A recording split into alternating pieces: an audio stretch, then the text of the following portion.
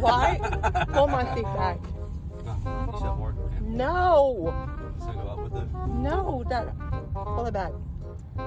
My knees are stuck.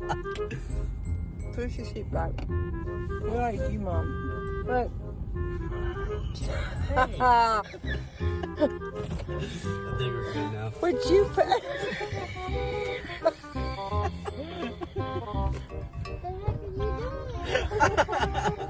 Push my seat back.